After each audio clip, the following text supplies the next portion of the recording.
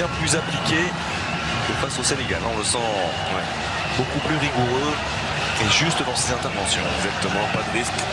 Rester concentré, intervenir au bon moment. Pas prendre de risque dans la relance, c'est ce qu'on demande à un défenseur.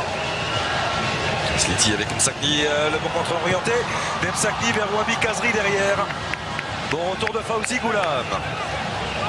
Voilà ce qu'on demande à Msakni, de se mettre dans une bonne position, trouver les bons angles de passe.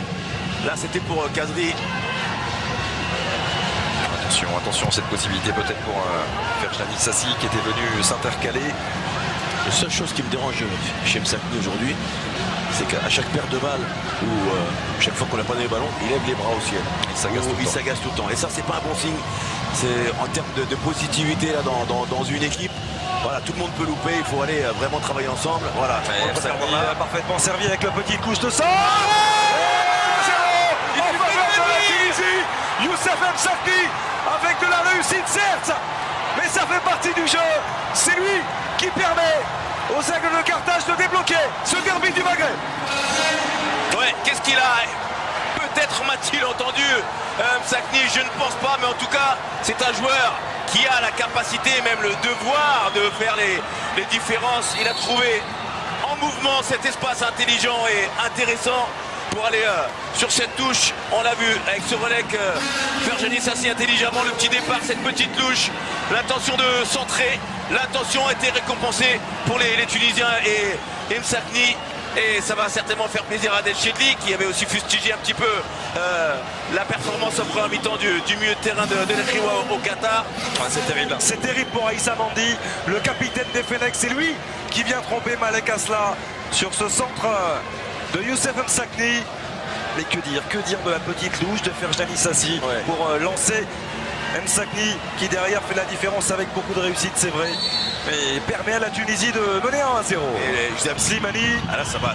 On va essayer de calmer un petit peu tout son monde parce que c'est un derby, on l'a dit, et pour l'instant c'était assez calme. Plus le temps va passer et ça commence à monter. Ça va être l'ami des Tunisiens et l'ennemi des Algériens s'ils n'arrivent pas à revenir au score. Et je peux vous dire que c'est pas la tension qui va baisser, notamment ces duels dans la surface de réparation, et ça dure depuis la première minute de jeu. Et attention Naguez, il avait oublié un peu le marquage de Slimani. Ghezal s'est bien frappé, s'est boxé des 2 points par Matlouti. Pas de prise de risque du côté de Msakni qui allonge le plus loin possible. La tête de couleur elle est manquée. Cette remise de la tête avec Kazri. Kazri qui peut contrôler. Kazri accroché. Wabi Kazri penalty en faveur des Aigles de Carthage. Et peut-être le carton rouge pour Fawzi Goulam. Suite à cette remise de la tête manquée à destination de Malek Asla. Oh, c'est terrible pour les Fennecs. Il regarde l'emplacement, monsieur Camille, l'emplacement de la faute pour déterminer la couleur du carton. Ça peut être terrible pour les Algériens. Ça peut être terrible.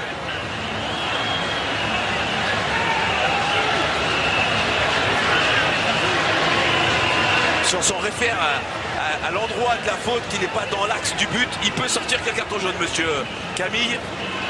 Il attend. Je ne sais pas ce qu'il attend, voir si le joueur est blessé, mais bon, c'est... Oui, et puis il y a eu de nouvelles directives aussi concernant cette fameuse double peine. S'il les applique, il devrait s'en sortir avec un jaune, simplement Fawzi Goulam. On va voir la décision de monsieur Camille. Alors, il tourne par central des Seychelles qui rappelle le latéral du Napoli. Franchement, moi, je dis ça sent pas bon. Ça sent pas bon. Ce sera jaune. Ça va aller. Ce sera jaune simplement pour Fawzi Goulam. Heureusement, c'est déjà difficile ce penalty. Et Naïm Sliti qui a à cœur de prendre ses responsabilités. On l'a vu saisir très tôt de ce ballon. Le milieu de terrain du LOSC.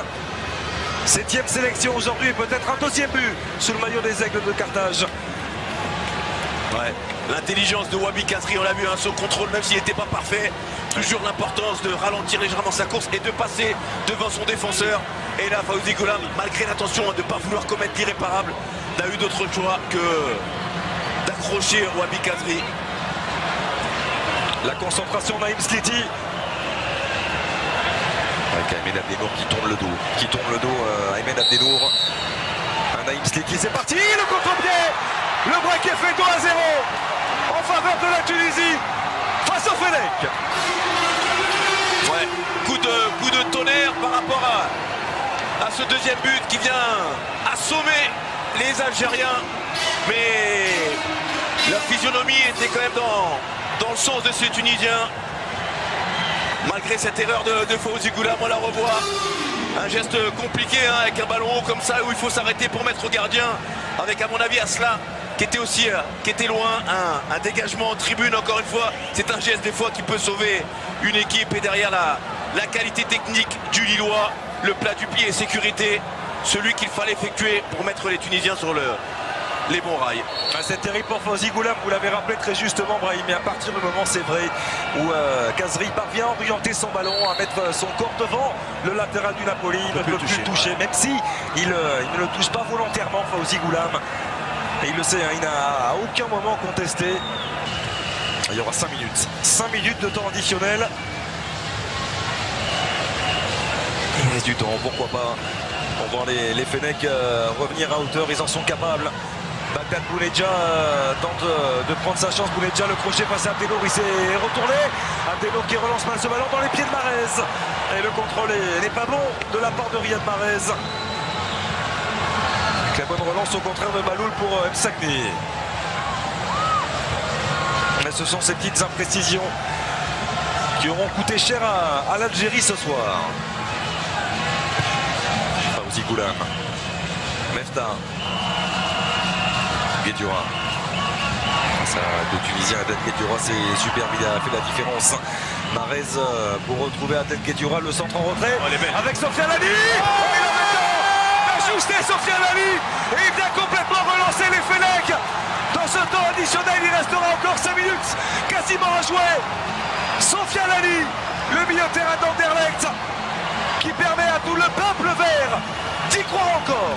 Ouais, très très belle entrée de la part de Sofiane Ali. Encore ce bon travail, on l'a vu sur le côté droit. Et ce plat du pied, brosser cette frappe intelligente de la part de Sofiane Ali pour venir donner un espoir aux Fennecs dans cette fin de match face aux Tunisiens qui pour le moment gardent cette victoire dans la poche. Et ça nous laisse présager d'une fin de match complètement folle. Vers Slimani. Ouais, deuxième ballon de Yacoubi. Naguez. Bien joué. Pas de risque de la part de Naguez, il a raison. Il a fait un bon match, Naguez aussi, son côté droit, hein, très présent. Il reste 20 secondes dans le temps additionnel. On ne tient plus en place du côté des deux bancs. La longue remise en jeu de Fawzi Goulam. Tête d'Ali Yacoubi. Ah, là ça peut faire mal. Il a ça peut faire mal avec Msakni. Msakni qui lance Kélissi en jeu. Ah, il aurait peut-être dû y aller tout seul chercher. En tout cas, y aller tout seul, Youssef Msakni. Et on en restera là. La joie de tous les Tunisiens. La Tunisie qui s'impose de but à 1 dans ce derby du Maghreb face à l'Algérie. La Tunisie se relance complètement dans ce groupe B.